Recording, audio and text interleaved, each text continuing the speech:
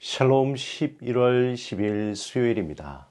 오늘도 하나님의 크신 능력과 도우심이 여러분의 삶 가운데 함께 하시기를 소망합니다.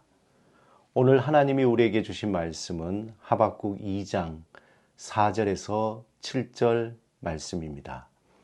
오늘 이 말씀을 읽고 또 묵상하며 하나님이 우리에게 들려주시는 은혜의 음성을 듣겠습니다. 보라, 그의 마음은 교만하며 그 속에서 정직하지 못하나 의인은 그의 믿음으로 말미암아 살리라.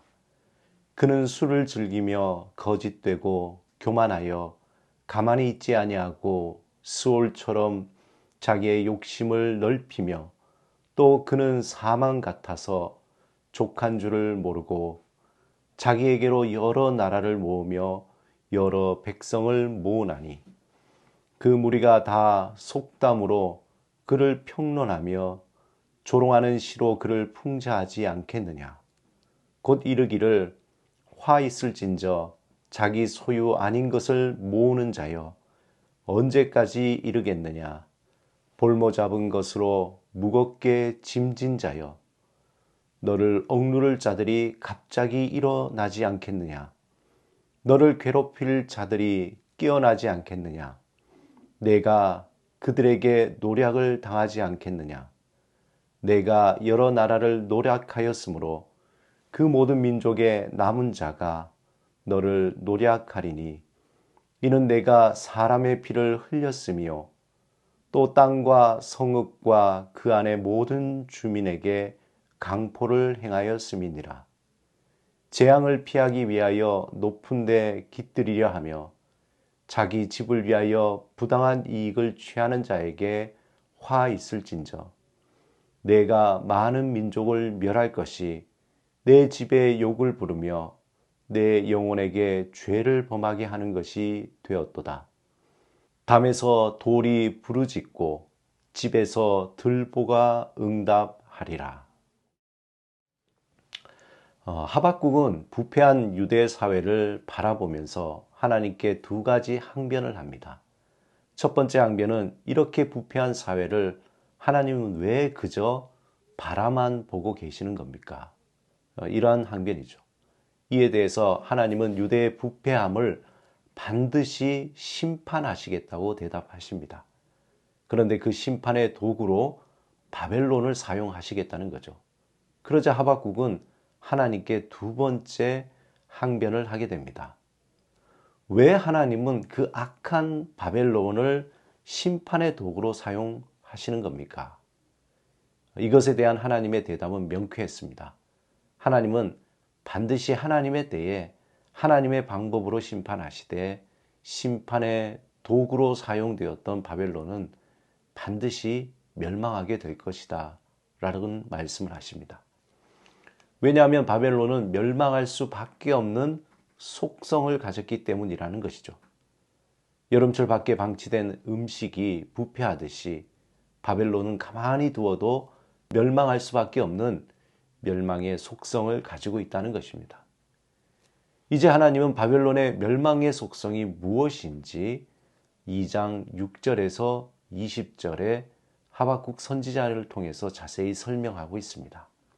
그 멸망할 수밖에 없는 그 근본적인 죄의 뿌리는 교만이었습니다.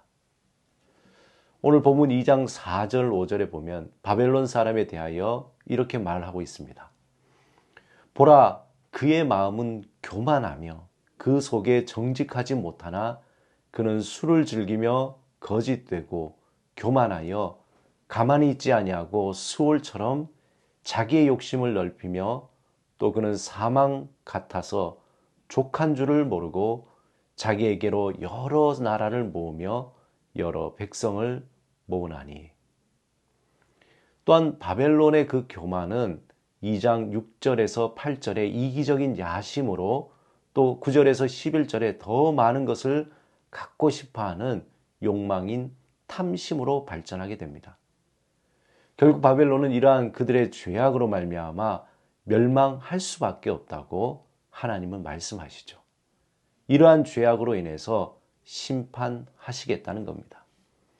본문 9절에서 11절에 보면 재앙을 피하기 위하여 높은 데 깃들이려 하며 자기 집을 위하여 부당한 이익을 취하는 자에게 화 있을진저 내가 많은 민족을 멸할 것이니 내 집에 욕을 부르며 내 영혼에게 죄를 범하게 하는 것이 되었도다. 담에서 돌이 부르짖고 집에서 들보가 응답하리라.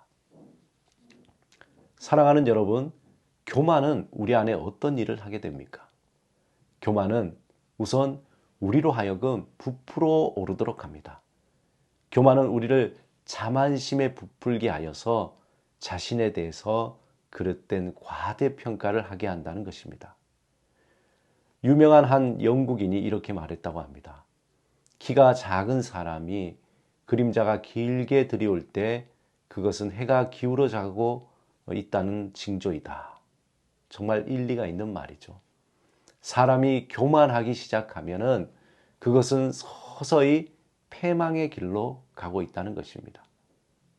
교만은 우리에게 과대한 자만심을 불어넣어서 우리가 진실로 어떠한 사람인지 그릇된 평가를 하게 됩니다. 만약 저와 여러분이 교만의 허상 속에 살고 있다면 우리의 성품은 점점 부패해 갈 것입니다. 교만은 우리를 자만심으로 부풀게 합니다. 또한 교만은 우리를 부정직하게 만듭니다.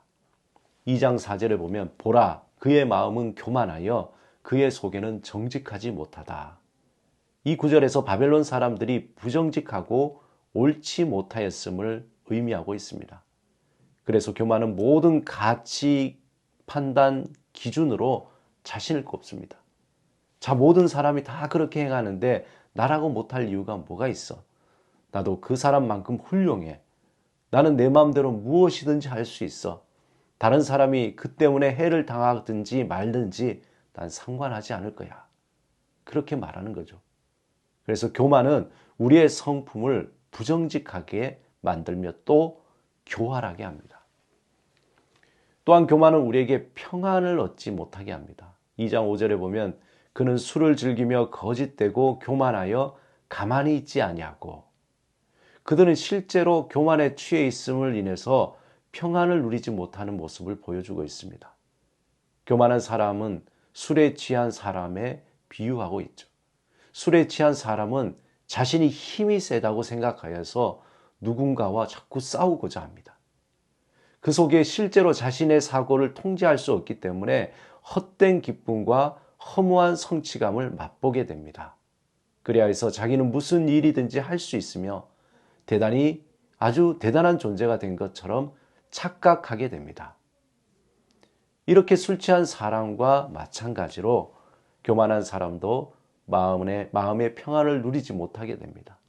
왜냐하면 교만은 늘 경쟁심을 불러일으키기 때문에 늘 나는 다른 사람보다 더 대단하다는 것을 보여주어야 하기 때문에 사람을 만날 때 경계하고 의심하고 살피기 때문에 그렇습니다. 교만한 사람은 항상 자신의 위치에서부터 밀려날까 봐 두려워하고 또 다른 사람으로부터 해를 당할까 봐 늘 두려워합니다. 그러므로 교만은 마음의 평안을 빼앗아갑니다.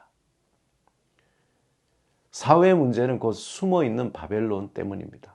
교만의 바벨론, 탐심의 바벨론, 이기적인 탐심의 바벨론으로 인해서 많은 사람들이 억울함과 절망으로 슬픔과 아픔으로 살아갑니다.